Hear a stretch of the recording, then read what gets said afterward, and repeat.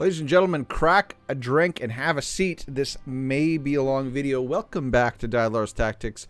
This video is going out to Drew2. I think his name was Drew2, who is in the CLS Discord. Link is in the description below. And who also commented on one of my videos about legendary relics and what might be good. And that was a very pertinent question given the information we just got today. If you watch the other video I launched yesterday, we discussed that the Forbidden Dungeon hard mode is going to be giving out legendary relic shard summons as the reward. So now you're going to have more access to legendary relic shards or legendary relics in general. So his recommendation and his question was very pertinent to the game going on right now, and I chose to follow his advice and make a video about the top legendary relics to get in descending order. We'll start from the best down to the worst, and I'm going to throw in some rares in there as well. So this is going to be a longer video. It's going to require a lot of discussion. So like I said, crack a drink, come back, sit down, have a listen, and let's get ready for the rambling Canadian to stumble over his words for the entirety of this video. All right. Yeah, a little self-deprecation there. Deprecation. So let's start right at the list. I got the list kind of open on the side screen, so I got a little cheat notes. And ladies and gentlemen, not all of you are going to agree with my list. That is perfectly fine. You can tell me why I'm wrong in the comment section. It is partly going to be biased and colored by if I have that relic or not, and I have experience with it.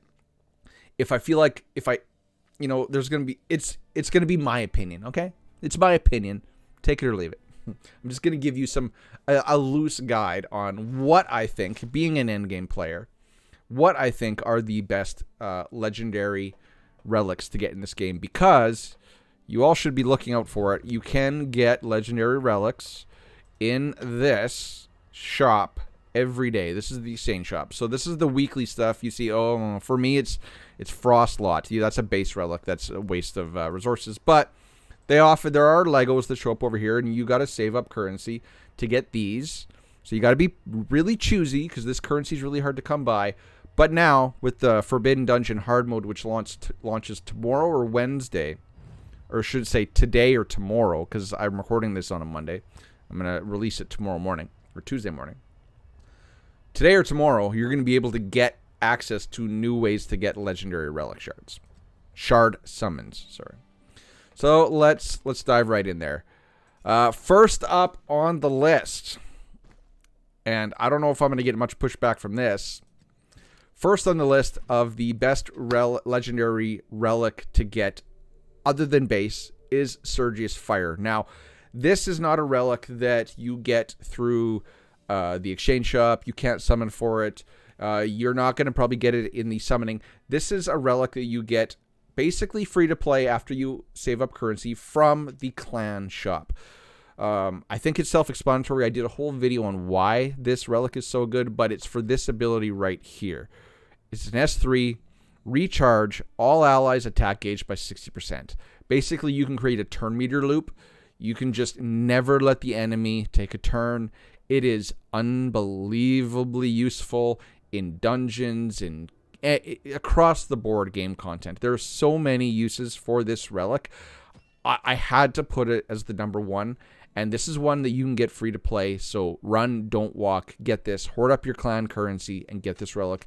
It will make your game much, much, much easier. That's the easy one. That's the easy one. Easy, hands down, number one. Just by how transformational it makes this character and the teams that you're going to put this character on.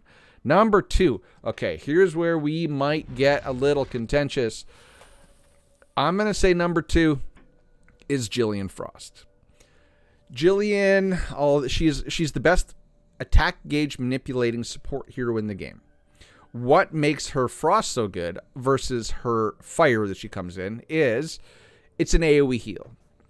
And regardless what you think, there's going to be people arguing that there are other mechanics from other relics that are going to be more useful, but I thought about it and I moved her from 2 to 3, 2 to 3, 2 to 3, and I'm just putting her as number 2 because Jillian's such a useful hero across all game modes, just like Sergius, that having this extra AoE heal And it's a chance, though. You see, it's a 30% chance to heal each ally, 14%, blah, blah, blah, blah, blah. It is a chance, but also remember that each time she heals, she has a chance to give each hero turn meter. So her and Sergius together, oh, mamma mia. All of a sudden, I'm Italian. I have no idea where that came from. Sorry. I am going to put Jillian Frost as number 2. And I have made recommendations. I'm looking at you, B. Looking at you, B. To do this relic over the one that's going to be the number 3 spot. I am putting her as number 2. I'm sorry if you don't agree. You can tell me down in the comment section below why. But AoE heals, I know doesn't sound that big, but it's going to be big as you're conquering other game or parts of this game as you're coming up. End game players, of course, you're not going to find that useful because it's not at end game. But for mid game, beginning players, if I had to say which one to pick, if it comes up, that's going to be number 2. Number 3 is Morgan Frost. Now, me personally, I use her Wind more than her Frost, so maybe I should put her Wind as number 3. But I'm putting her Frost as number 3 on this list because I don't want to get hate in the comment section. The reason why it's so good is you're going to be spamming her S2 most likely, and it's got this 90% chance to inflict damage taken 3 for 3 turns. 3 turns. Or, sorry, this is damage taken 2. Damage taken 2. So what that is, I do believe that is 40%, yes, because 1 is 20, and then 2 is 40, 3 is 80. So she's going to inflict this damage taken increase 2 for 3 turns, and it's going to mean that they're going to take 40% more damage. That is really big. That's actually a really powerful debuff in this game. And she's just going to be spamming this over and over and over and over again. And you see, it attacks all enemies. So does she put this on all enemies? I don't think so. I do think this is only the primary target, though. And then this Frost Relic also strips buffs. And if you get up to level 4, it takes 2 buffs from the target. All of that. Enough said. There you go. That's why. Number 3. Number 3. I'm putting it as number 3, even though I think it should be number 4. Let's talk about number 4. Number 4, best legendary relic in the game is Morgan Wind. As you see, I like it. I have it completely maxed out. Why do I like it? Well, there's a couple things I like about this relic. Number 2, you're going to be doing her S2 majority of the time. So when talking about the Frost, that Frost one, it was, this is an AoE application. So she's going to be applying it to everybody. Because her Wind does the same thing. Her S2, once again, it's an AoE. But you see here, it has a 70% chance for each hit to inflict defense 2. The same debuff for 2 turns, not 3. So, okay, Frost is better. Frost is better. But another reason why I like her Wind Relic is for her S3. I actually like her S3 because it's, again, an AoE. And it's got an 80% chance to inflict recovery disruption if you want to do that. But that's not what makes it good. It's the 60% chance to inflict an AoE sleep on your enemies for 2 turns. That's a big crowd control ability in PvP. That combined with her S2 is why I really like her Wind Relic.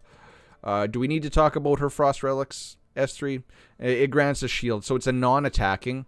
Recharge a single ally's attack edge by 70%. It's not better than the Wind's S3. That's why I kind of like the Wind a little bit better, but we're going to put it as number 4. So, Ice number 3, Wind number 4, best relics in the game. I should probably finish leveling up my Ice Relic. All right, Legendary Relic number 5. Number 5 Legendary is actually, in my opinion, going to be Merlin Fire. Merlin Fire, if you haven't seen, makes Tarask 10, Shrine of Storms 10, a cakewalk, and you can do it in under a minute. The reason why it is so good is for his S2 and his S3. So his S3 I actually prefer more, especially for Shrine of Storms 10, Tarask 10, because it's going to give, it's a 100% chance to give crit damage up 40% since it's a 2 for 2 turns to your whole team, meaning Bedivere gonna slap. And then there's a 100% chance to grant each ally debuff immunity for 2 turns. That one you're not going to really care about.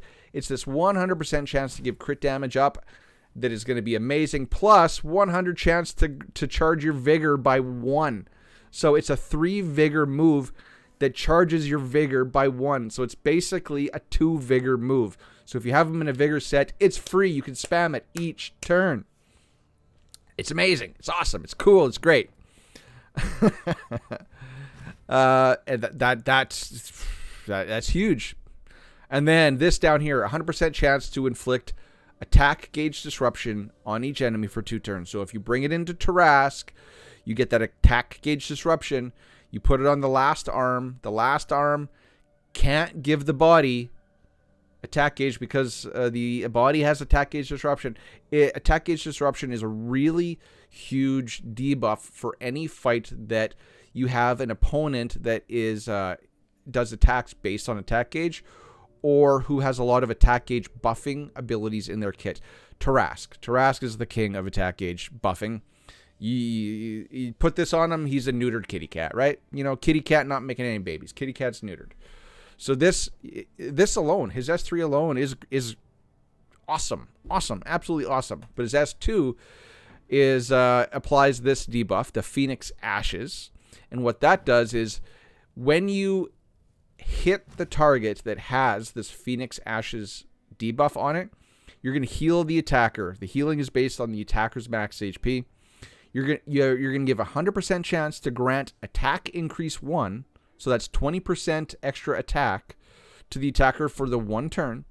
And 90% chance to recharge their attack gauge by 30%. Yes, it's only uses our number is only 3, meaning only the next 3 people that hit it will expend this debuff, but then you're just going to reapply it and you can keep doing it. Merlin Fire is freaking awesome, but it does have limited uses, which is why it's ranked 5th in this Lego list. For what it does great. Tarask 10. But little limited uses, you know, a lot of times you're going to actually want to use his Frost, which is his based over his Fire. Now, that's the 5th best Lego relic, but he actually didn't come in 5th on my list. So this is where I'm going to interject a rare hero who would actually be a priority above Merlin. And I'm going to mention him briefly, but since this is strictly a Lego relic video, we're only briefly going to touch him. And it's Cormac Frost. I think Cormac Frost is more relevant to Merlin Fire across the board for the majority of the people that are going to be watching this video. You're going to pick this one up through summons or in that relic exchange shop. You cannot get a rares relic through the new Forbidden Dungeon hard mode reward system. But I have a whole video on Cormac Frost. Go look at it if you want to know why he is ranked so highly. I don't want to get into it here, but I did have to interject there that in my list of ranking of alternate relics for heroes, he does slide in above Merlin Fire, which is amazing in its own right. So number 6 on my actually not we got to talk about another rare, because after Merlin's Fire, I actually rank Rosie Fire as being outstanding. She's not going to be the last rare we talk about, but I would rank her if we were putting in just effectiveness. I would rank her below Merlin's Fire, immediately below, so that's why I want to cover her. Again, she's the bleed queen. Fire is amazing. Why? Because it's a massive AoE. It's a massive attacking S3. Lots of bleeds. Hook of Death comes off it. I'm enough said. It's just good. It's just really good. Everybody should be on the lookout for Cormac Frost, Turinfire, Rosie Fire, and that's it. I think you should be on the lookout for those ones every day when you're playing this game. It's great.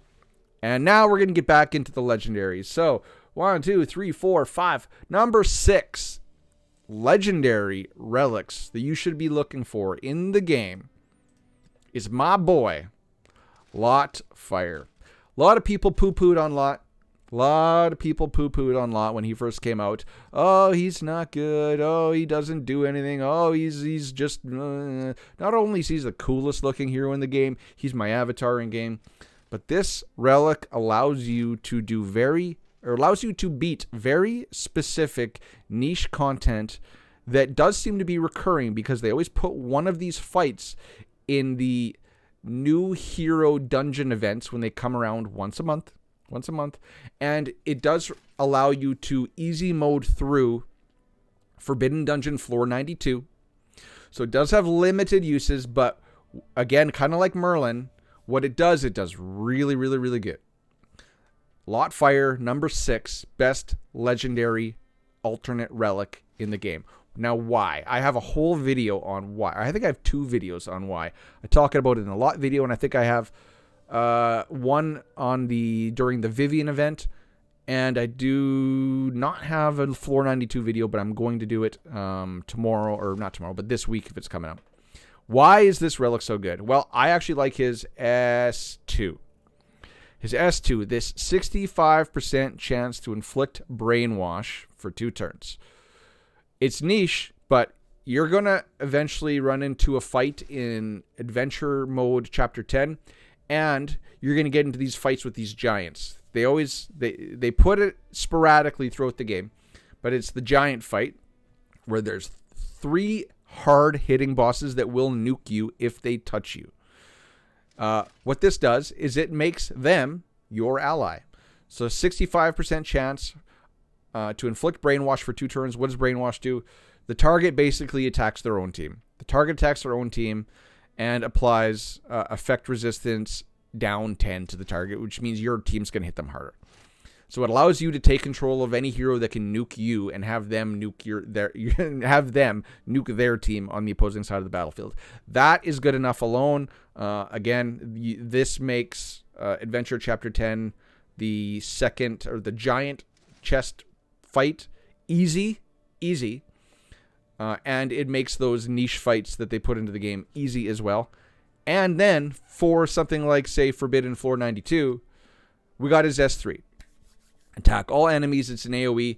80% chance to inflict Oblivion for 1 turn, right? High chance for 1 turn. What does it do? Turns off their passives. And decreases their effect accuracy by 5%. Not a big deal, 5%, but shuts down their passives. Lot's a fast hero. Lot is a hero that makes the enemy team lose vigor, makes your team gain vigor. So his mechanics are really, really good. Just his innate passive mechanics. His chivalries are really good. I think it's like 1, 3, or 2, 3, 4, 8 are really, really good. But yeah, this S2 alone on this relic is going to allow you to beat some content in the game that is going to be hard otherwise.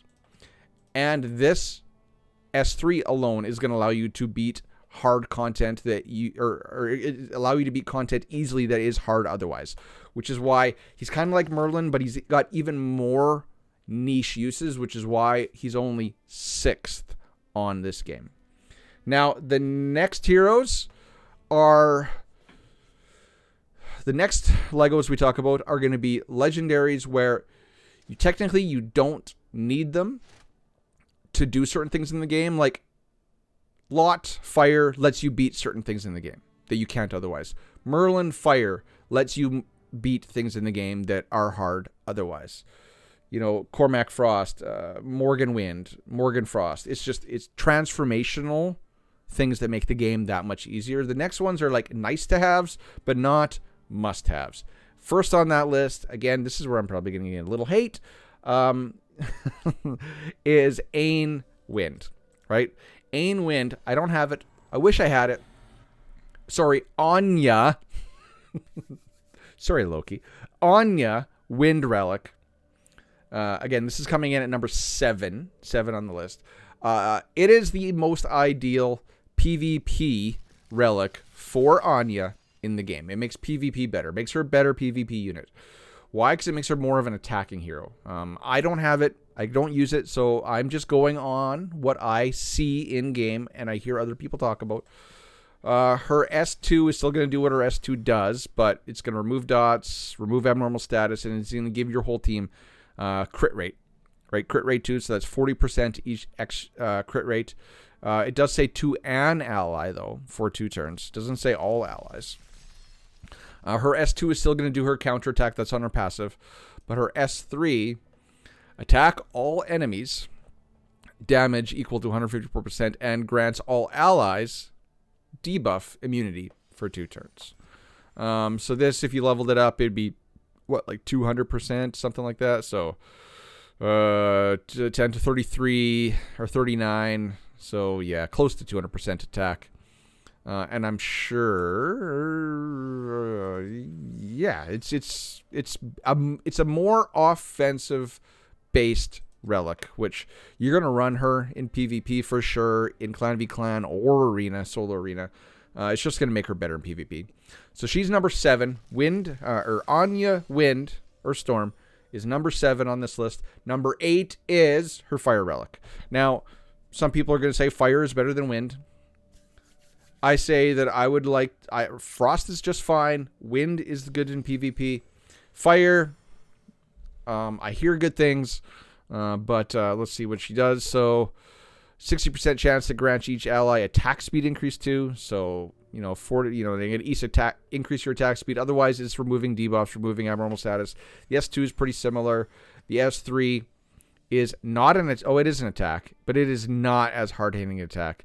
60% chance to grant each ally abnormal status immunity for 2 turns, which is also good in PvP, because what abnormal status immunity does is it makes you immune to CCs, right?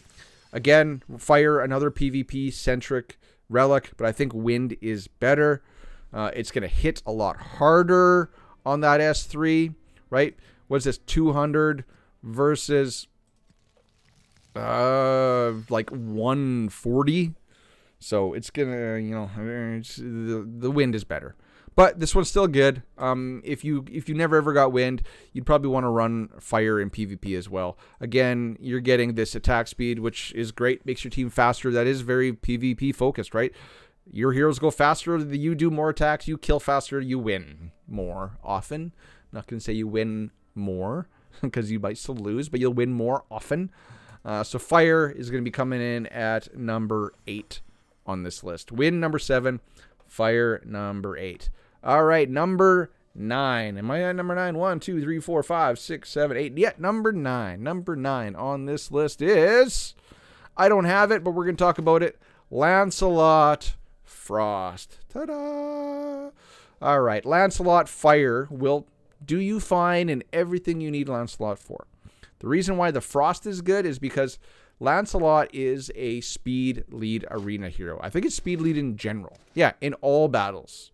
In all battles. Lancelot grants all allies attack speed up 20%. Now, someone like Cormac, who we run in arena as a lead, I don't know if Cormac is all battles or just arena battles.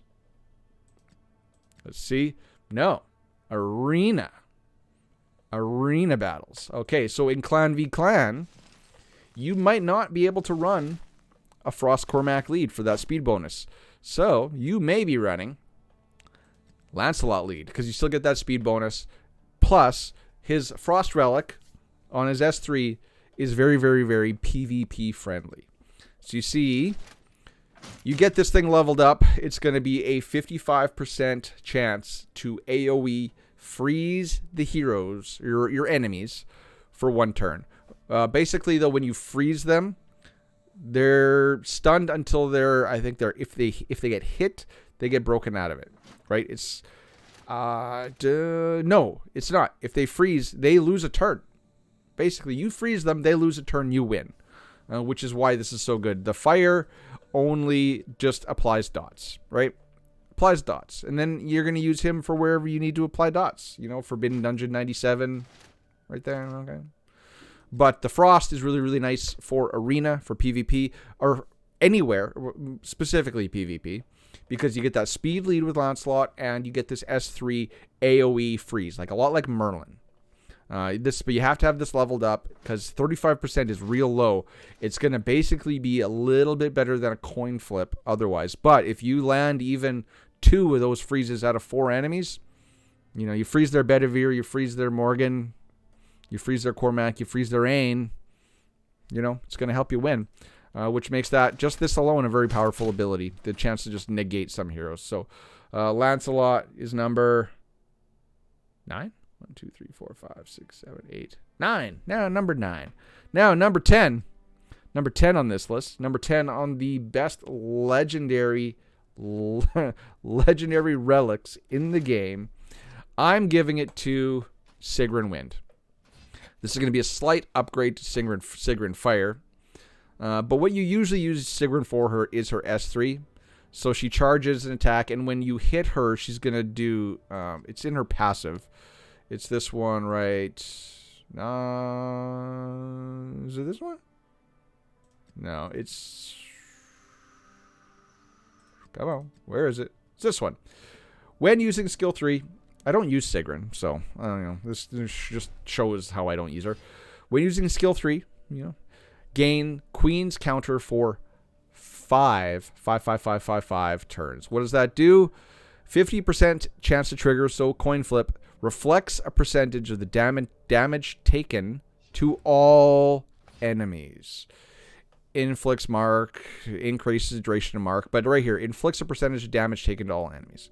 So you can actually, just by her, you know, going into her S3, which is a charge, so she's going to be in it for a while, but then also she's going to have this Queen's counter for 5 turns, which is an obscenely long time in this game.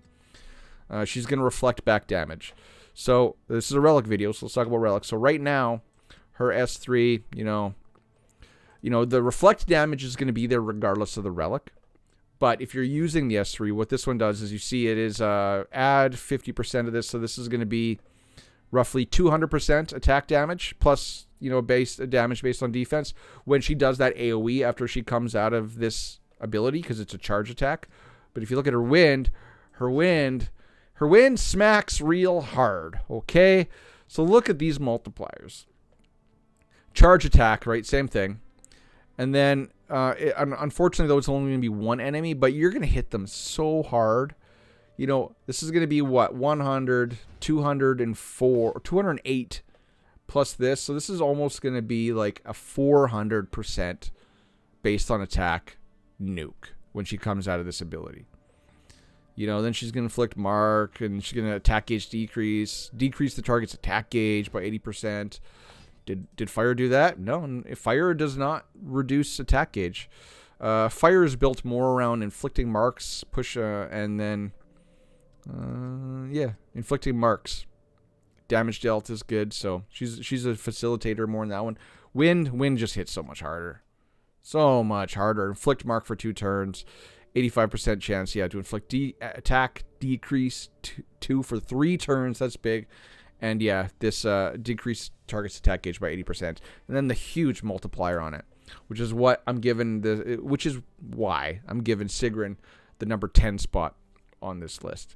Now we're gonna talk about 3 more honorable mentions. That's the top 10 right there. You know, this is where people might also get a little angry, but there's the top 10, and if you didn't know what they were, it was Sergius Fire, Jillian Frost, Morgan Frost, Morgan Wind, Merlin Fire, Lot Fire, Anya Wind, Anya Wind, Anya Fire, Lancelot Frost, Sigrun Wind. And the next 3 are going to be honorable mentions. But before we talk about the last 3 legendary relic recommendations for this game, we're going to talk about one more rare. And that is Turinfire. Turinfire is as of recently, has become known to be increasingly strong in PvP. Strictly because when she does her S2, she's going to grant, on top of the recovery over times, she's going to grant all allies evasion rate increase 2. So 40% extra evasion for 3 turns. You know, in PvP, generally, you don't equip hit accuracy orbs because you're going to hit them, right? You're going to hit them anyway. I know in Arena, sometimes I'll switch out and give Betty an attack speed orb versus a hit accuracy orb because I want him to go more. But this right here, this is an AoE application of 40% increased evasion. It is insanely strong in PvP. But since this is all it does, which is why she's going to be the, she's on the list, but she's just going to be an honorable mention, but still above the next 3 legendaries that we're going to talk about. Strictly for this S2 evasion rate increase AoE to the whole team. It is insanely powerful for PvP. All right, now let's get into the honorable mentions. Now, what spurred this video is, honorable mention is Claris Frost. All right, so Stu Gaming has a whole video on this thing. The reason why people like the Frost weapons on Claris is this S3. So when this is maxed, this is an extra 104%. So this is going to be 300% attack damage on one enemy, and she's going to charge her attack gauge by 50%, meaning she's going to get to do another ability fairly quickly. That is why people like it. Is it because it gives her the ability to do a damage nuke. Think like Arthur, but it doesn't expire, right? You can still use, as long as you have vigor, you can still use this ability over and over and over and over and again. But generally, you want to use her S2, right? Why? Because attack all enemies. She's gonna gain crit rate increase 1 for 2 turns, which isn't a big deal. Now this, just me, Dylan Dylar, I still prefer her base relic, her fire, over her frost. So while people like her frost for this big nuke, I prefer her more as a facilitator to the rest of the team. I have a whole video. Go check out my Claris in Deep Dive. But this S2, attack all enemies, right? And then she's going to gain this crit strike rate for 3 turns versus, what are the Frost? Well, the Frost, you can give it for 4 turns, but you got to level it up. But if you look at her chivalries, she gets she's got extra mechanics revolving around using her S2, not her S3. Although there might be. So skill 2 grants all allies crit damage increase 2. So 40% more crit damage for 2 turns. And charges attack gauge by 40%. Meaning, when you start a fight, you're not going to want to use her S3. You're going to want to use her S2. And then since you're going to build her for attack, you could build her for vigor. But you're using an S3 on a attacker hero that's not in vigor is dumb. I'm sorry. I'm blunt. I think it's dumb to waste that much vigor when your other team wants to use it, right? You're giving Betty crit damage up 2, and then you're taking all his vigor away. And I know. Oh, what about you're forgetting about this passive and blah blah blah blah blah. So I think there's something in here about S3. No, it's just when attacking, right? It's just more multipliers on when attacking. This is her. Here you go. Here's when using skill 3, and you can make it a 1 cool turn down. Inflict defense decrease 2 on all enemies for 2 turns, which is good. Inflict evasion rate decrease 3 on all enemies for 2 turns. That is better than I had initially thought. I forgot about that. So when using skill 3, and you can get this down to a 1 turn cooldown, inflict evasion rate decrease 3. That's 80% decreased evasion. AoE on all enemies for 2 turns. That's good. That's good. So Frost, basically, is when you want to prioritize using her S3 over her S2. And I think Fire is just fine for using her S2, and I think you're going to be able to do a lot of good things with just using her S2 to facilitate your other high damage dealers in your team. But if you wanted a nuker, but again, the debuffs that she's going to grant are AoE debuffs. Those are nice, but you're going to basically turn her into a single target nuker, which might be good for against those pesky Turinfire teams that we just talked about. that's applying evasion rate decrease 2, which is 40% on the whole team. Now, when her uses the skill 3, you're also going to apply an AoE evasion rate decrease. So you're gonna negate hers and tack on an extra negative 40% evasion. So that she could probably be used quite effectively in a team that has that Turinfire. So keep that in mind. Honorary mention number 1. Now, honorary mention number 2 is Gawain Fire. Gawain Fire. Why? I don't know. There's no videos on it yet. I know Stu wants this because his fire hits so damn hard. Like, I've seen a video where I think it was Tarask 10, where it just like almost took half of his health bar down. Let's see if we can find it. I'm assuming it's going to be this one. So this isn't a big ability. So this is his S3. Attack one enemy 2 times. Damage is basically this is 120. So it's going to be 320-ish attack. 100% chance for the last hit to inflict this Burning Sun, which is a debuff, right? So I don't know. Is this his hard-hitting one? Is this it? This is an AoE. Attack all enemies 3 times for decent. 50% chance, blah, blah, blah, blah, blah. And now keep in mind, if it is Day and Heat, which I do believe Tarask is Day and Heat, that is also going to make this one hit a lot harder. So I think what you do with his rotation is usually you go 3-2, attack all enemies. So this does inflicts a burn, and it applies Scorching Heat. So defense decrease 2 on self while weather is Day and Heat for 2 turns. So you want to do what? His S2, and then that primes his S3, which is going to give him lots and lots of attack. Hit one enemy 2 times. Last hit inflicts Burning Sun. Remove a buff. Okay. So that is a honorary mention, but obviously not very high up on that list. Now, this one that I just got too, and I equipped. So after you get Surge's Fire Relic in the clan shop, I do recommend, as an honorable mention, you see I have it. I went and got it this week. Florentius Ice. Why? Because Florentius comes in Wind. And this is his big, like, complex ability. His kit reads like a novel. But removes this on, then inflicts it, and then he gains this. Right? So this is a non-attacking ability. And the only other reason why you'd want to run Florentius Wind is, say, like in Arena, because it's got an AoE silence, right?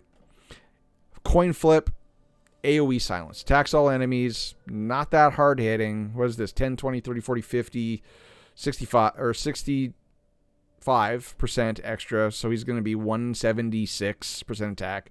Not that hard. But this 50% chance to silence each enemy for 1 turn is big. That's similar to like Lancelot Frost, where you're freezing them, except now they can still attack, but they can only use their P or their S1, their first skill. So that's nice. But when you have the Wind, you can attack when you're playing this. This you can use them in Aldry and stuff. But what this does do, so it inflicts this Wrathful Defender. It says it removes it from all enemies, then inflicts it on 1 enemy for the rest of the battle. 80% chance to inflict effect resistance decrease 2. So if you want to use this to target Ain or Anya, because then she's not going to hit as hard in Arena, right? So you could do this in Arena, target Anya, inflict her with this, so it reduces her effect her effect resistance, which is what scales her attack. Then you could go into his S3, which is the 50% chance to AoE silence. But what I like about his Frost Relic is that his S2 is now an AoE attack. So it's not going to hit that hard. You're only going to attack them for, what is this? 86% of attack. But, yeah, you're going to remove the Wrathful Defenders. You're going to have a 55 chance to inflict effect resistance decrease 1 on all enemies. So now, instead of just, say, targeting Anya and putting effect resistance on her, you have a little bit better than a coin flip, but you can inflict this on all enemies, right? An AoE. And then, 100% chance to inflict Wrathful Defender on 1 enemy. So that's an anti-heal, right? inflict, but it also inflicts evasion rate decrease 2 on that person for the rest of the battle, which is nice. And then makes it so they cannot heal. So, in some of these stall teams you see that run that Turinfire, this may be effective in a counter team. That's why I kind of got it, because, I can still target. I don't have to target Anya, but I probably would, because then if even if Turin gets up that evasion rate decrease, it's just going to nullify it, because Turin gives evasion rate increase 2, and you're going to inflict someone with evasion rate decrease 2, which is going to completely nullify Turin's ability. And they're also not going to be able to heal. So you're going to be able just to nuke that healer down, be it Turin, be it Jillian. So that's maybe what he's awesome for. Turin, get rid of her, right? Because she's the facilitator for that team. Target her, inflict this on her. She doesn't have evasion rate, and she can't heal herself. You can just nullify all that and nuke her down, right? Which is why I think this is nice. Plus, it's an AoE damaging ability, so he's going to do some damage in the meantime. But remember, when you inflict this, you're also going to get evasion rate decrease 2, and you cannot heal for the rest of the battle. Now, I know there's, like I said, it reads like a paragraph. Upon inflicting abnormal status, which is CC, you're going to inflict also attack speed decrease 2. If you have Defiant Shout while the target has Wrathful Defender, you will, right? Because what this does is, what his relics do, and this is where it gets weird, you're going to remove it if it's already up, but then you're going to inflict it so it refreshes it. So even if it's turn 1, you're going to inflict Wrathful Defender on a target, and you are going to be inflicted with Defiant Shout. Now, his P1, if you have Defiant Shout, which you will, while the target has Wrathful Defender, which they will, you're going to remove the Defiant Shout on yourself, which is that evasion rate decrease and the cannot heal. You're going to remove it from yourself. You're going to gain attack increase 1 and defense increase 1 for the rest of the battle. You're going to steal the buffs on the target, which if you're going against a Turin team, has a lot of buffs. Then you're going to decrease the target's attack gauge by 100%. Then you're going to increase abnormal statuses for 1 turn. Then you're going to remove the Wrathful Defender from that target. Crazy, right? So you're going to remove the Defiant Shout. So then since you do that, you remove it, then you can heal yourself. But then the target can also heal. Craziness. So not telling you to run out and go get this. Obviously, the Sergius Fire should be the first one that you get out of the clan shop. But I do recommend picking up the Florentius Frost next. Ladies and gentlemen, that's going to end the list. The other recommendations are rares. Arthur Wind is self-explanatory. Go watch my Arthur deep dive video. And then I just got it recently, but Arduin Wind, basically what this does, this is the hard-hitting one. You see attack 3 times, each attack hitting 2 random allies for 400% attack damage. Right? Her wind is the hard-hitting one. You see I have her S2 and her S3 maxed because she's a counter-attacking hero. You build her in counter-attack so that she will counter with her S2. She's going to counter with her S2, which is her nuke. But you want to prioritize her using her S3, which is her heal. So she's a healer nuker. She's a really cool character. I haven't done a deep dive on her yet. I was waiting till I got this Wind Relic to do that. Yeah. Honorable mention. The entire list is right here if you want to screenshot this.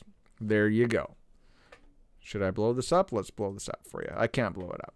But this is also, I will try to make it a little bit more prettier. It is also in the King Arthur Legends Rise Master Spreadsheet, which is also linked in the description of this video. So my cheat sheet, if you want to, other than going back and going through this list, just click on the link in the spreadsheet and you can see this list at any time. Ladies and gentlemen, that's going to wrap up the video. I did not keep it under 30 minutes. I failed you. I am sorry. I'm sorry. That's why I told you to grab a drink, because you weren't going to be moving for almost an hour. Word of the day. Safe word of the day. Relics. Very simple. Let's keep it topical. Put relics down in the comment section below of this video. It will let me know. Told you I was going to ramble and stumble. It will let me know you made it to the end of this video. 45 minutes worth. You must like me. You must really, really like me. I will thank you profusely, and I will heart your comment as well. So, relics is the word. Put that down in the comment section below. Check out all the links in my description of this video. Like I say, they give you good stuff. They take you good places. Till next time, ladies and gentlemen. Cheers, peace. Let's find the button, and bye-bye.